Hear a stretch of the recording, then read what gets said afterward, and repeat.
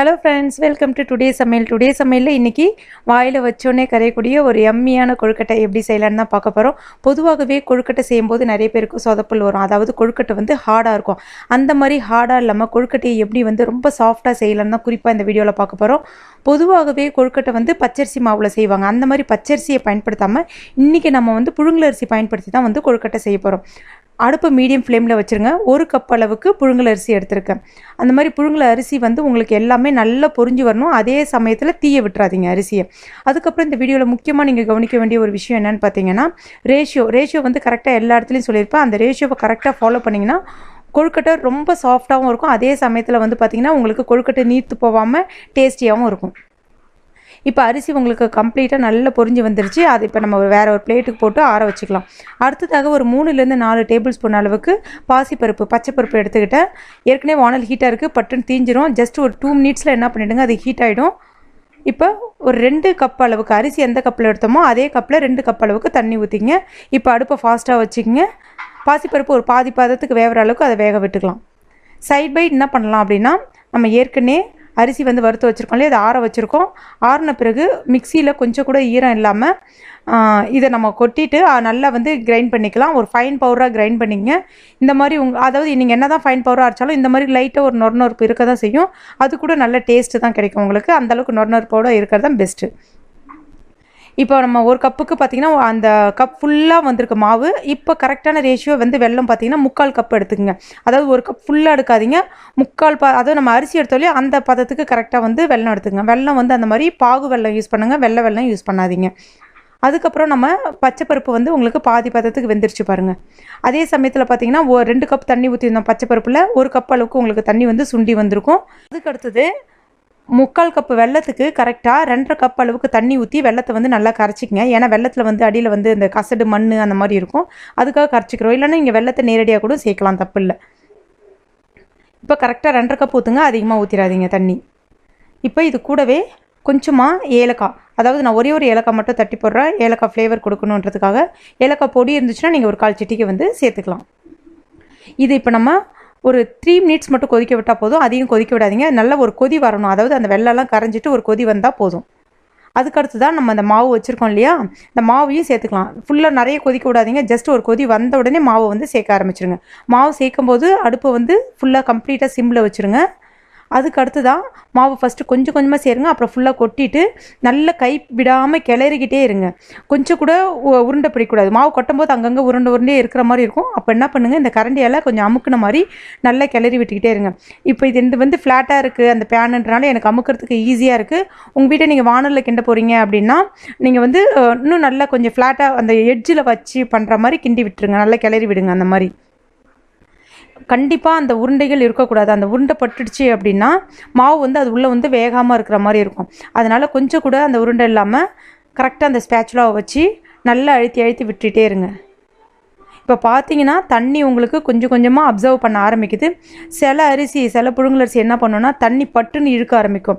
அப்போ உங்களுக்கு தண்ணி இந்த ரேஷியோ பத்தாத மாதிரி இருந்துச்சுன்னா இந்த ஸ்டேஜில் சுடு தண்ணி வந்து பக்கத்தில் வச்சுங்க. ஒரு 1/4 டம்ளர் அளவுக்கு மட்டும் தண்ணி வந்து இது கூட சேர்த்துக்கிட்டால் போதும்.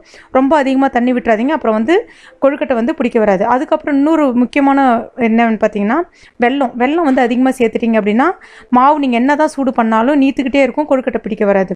ஸோ வெல்லம் கரெக்டான ரேஷியோ இருக்கணும். கொஞ்சம் கம்மியாக இருந்துட்டாலும் பரவாயில்ல, ஆனால் அதிகமாக இருந்துச்சு அப்படின்னா கொழுக்கட்டை பிடிக்க வராமல் போயிடும் உங்களுக்கு. இப்போ நீங்கள் அடுப்பை வந்து மீடியம் ஃப்ளேமில் கம்ப்ளீட்டாக வச்சுருங்க. மீடியம் ஃப்ளேமில் வச்சுட்டு ஒரு 2 மினிட்ஸ் ஒன்ஸ் வந்து மூடி நம்ம எடுக்கணும். அது குறுக்கால உங்களுக்கு வேணும்னா நீங்கள் ஒரு 1/4 டேபிள் ஸ்பூன் அளவுக்கு நெய் சேர்த்துக்கலாம். நெய் வந்து ஆப்ஷனல் தான், கட்டாயம் கிடையாது. இப்போ 2 மினிட்ஸ் ஒன்ஸ் இந்த மாதிரி மூடி கிளறி விட்டுடுங்க. அந்த மாதிரி ஒரு 5 தடவை எடுங்க. அடி பிடிக்காமல் கரெக்டாக பார்த்து, இல்லைனா 1 நிமிஷத்துக்கு ஒரு ட்ரிப்பாச்சும் பார்த்து கிளறி விட்டுட்டு ஒரு மூடி வைங்க. ஒரு 5 தடவை அந்த மாதிரி பண்ணுங்கள். உங்களுக்கு மாவு கம்ப்ளீட்டாக வந்து வெந்து வர ஆரம்பிச்சிருக்கும்.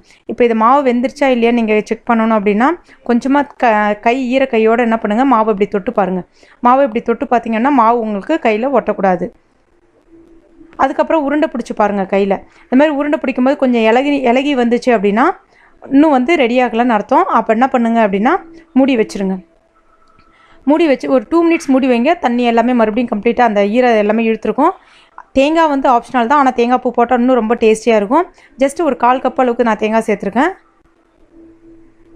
இதையும் இப்போ நல்லா கிளறி விட்டுட்டு அடுப்பு ஒரு 2 மினிட்ஸ் தேங்காய் போட்டு ஒரு 2 மினிட்ஸ் மட்டும் வைங்க. இப்போ உருண்டை பிடிச்சி பாருங்கள், உங்களுக்கு நல்லா கெட்டியாக அழகாக வரும்.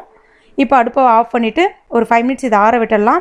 நம்ம கை பொறுக்கிற அளவுக்கு பதத்துக்கு உங்களுக்கு அதாவது கை சுடக்கூடாது தொட்டிங்கன்னா, அந்த அளவுக்கு இருக்கும்போது நல்லா பிசைஞ்சிடுங்க. பிசைஞ்சிட்டு உங்களுக்கு பிடிச்ச மாதிரி ஷேப்பில் நீங்கள் உருண்டைகளாக திரட்டிக்கலாம். இது வந்து சின்ன சைஸாவோ இல்லை இன்னும் நல்ல பெரிய கொழுக்கட்டையாக வேணும்னாலும் நீங்கள் பிடிச்சிக்கலாம். இது வந்து மாவு உள்ளே வேகாது அப்படின்றதெல்லாம் பயப்படாதீங்க. உங்களுக்கு கம்ப்ளீட்டாக இப்போயே வந்து எல்லா மாவுமே வெந்துடுச்சு. அதனால் இது வேகாது, கொஞ்சம் பெரிய உருண்டையை பிடிச்சா வேகாதுன்ற பயம்லாம் உங்களுக்கு வேண்டவே வேண்டாம். அதுக்கப்புறம் உருண்டையாக கூட பிடிக்கலாம். அதுக்கப்புறம் பிள்ளையார் சதுர்த்திக்கு செய்ய போகிறீங்க அப்படின்னா இது வந்து நீங்கள் மோதகமாக கூட செஞ்சுக்கலாம். இதோ பாருங்கள், இதே மாதிரி கூட உருண்டையை பிடிச்சி மோதகமாக கூட நீங்கள் செஞ்சுக்கலாம். அந்த மாதிரி மோதகம் செய்யும்போது பார்த்தீங்கன்னா பிள்ளையாருக்கு வந்து எள்ளு பிடிக்குன்னு சொல்லுவாங்க. கருப்பு எள்ளை போட்டுட்டு நீங்கள் வறுத்துட்டு கூட இது கூட நீங்கள் சேர்த்துக்கலாம். இப்போ இட்லி கடாயோ இல்லைனா இந்த மாதிரி கடாயில் கூட நீங்கள் தண்ணி வச்சுட்டு ஒரு 5 மினிட்ஸ், அதிக நேரம் வேண்டாம், ஒரு 5 மினிட்ஸ் பாயில் பண்ணால் போதும். மீடியம் ஃப்ளேமில் வச்சுட்டு கம்ப்ளீட்டாக இப்போ எல்லா கொழுக்கட்டையுமே வந்துடுச்சு. இது நீங்கள் அப்படியே வச்சு மூடி வைக்காதீங்க, ஏன்னா வந்து வேர்வை நீர் வந்து அதில் இறங்கிடும், அப்போ நல்லா இருக்காது. வெந்துடுச்சு அப்படின்னா எடுத்து வேறு ஒரு பிளேட்டுக்கோ இல்லை வேறு ஒரு பாத்திரத்துக்கோ ட்ரான்ஸ்ஃபர் பண்ணிவிடுங்க. ஜஸ்ட் 5 மினிட்ஸ் வச்சாலே போதும். உங்களுக்கு 3 to 5 மினிட்ஸ்லேயே வந்து இது கம்ப்ளீட்டாக வெந்து வர ஆரம்பிச்சிடும். இப்போ நம்மளுடைய ரொம்ப சாஃப்டாக இருக்கக்கூடிய கொழுக்கட்டை வந்து ரெடி ஆகிடுச்சு. இது வந்து பார்த்திங்கன்னா பச்சரிசி கொழுக்கட்டை மாதிரி இருக்காது. பச்சரிசி கொழுக்கட்டை நீங்கள் என்ன தான் ட்ரை பண்ணாலும் ஹார்டாக வரும். ஆனால் இந்த கொழுக்கட்டை வந்து பார்த்திங்கன்னா ரொம்ப சாஃப்டாக இருக்கும். அதே சமயத்தில் வந்து பார்த்திங்கன்னா பச்சரிசி மாவு வந்து வாயு பிடிக்கும். இது வந்து உங்களுக்கு வாயுவும் பிடிக்காது. இந்த கொழுக்கட்டை சின்னவங்கலேருந்து பெரியவங்க வரை எல்லாருமே விரும்பி சாப்பிடுவாங்க. அந்த மாதிரி குழந்தைங்க வந்து ஸ்கூல் விட்டு வரும்போது ஈவினிங் ஸ்நாக்ஸாக செஞ்சு கொடுக்கலாம், ரொம்ப விரும்பி சாப்பிடுவாங்க. இது ஆரோக்கியமானதும் கூட. நீங்களும் உங்கள் வீட்டில் ஒரு தடவை ட்ரை பண்ணி பாருங்கள், ரொம்ப டேஸ்டியாக இருக்கும். இந்த ரெசிபி உங்களுக்கு பிடிச்சிருந்துச்சுன்னா மறக்காமல் இந்த வீடியோவுக்கு ஒரு லைக் கொடுங்க. உங்கள் நண்பர்களுக்கு யாருக்கா தேவைப்படுதுன்னா ஷேர் பண்ணுங்கள். மேலும் இது போன்ற தகவலுக்கு நம்ம சேனலை மறக்காமல் சப்ஸ்கிரைப் பண்ணுங்கள். தேங்க்யூ.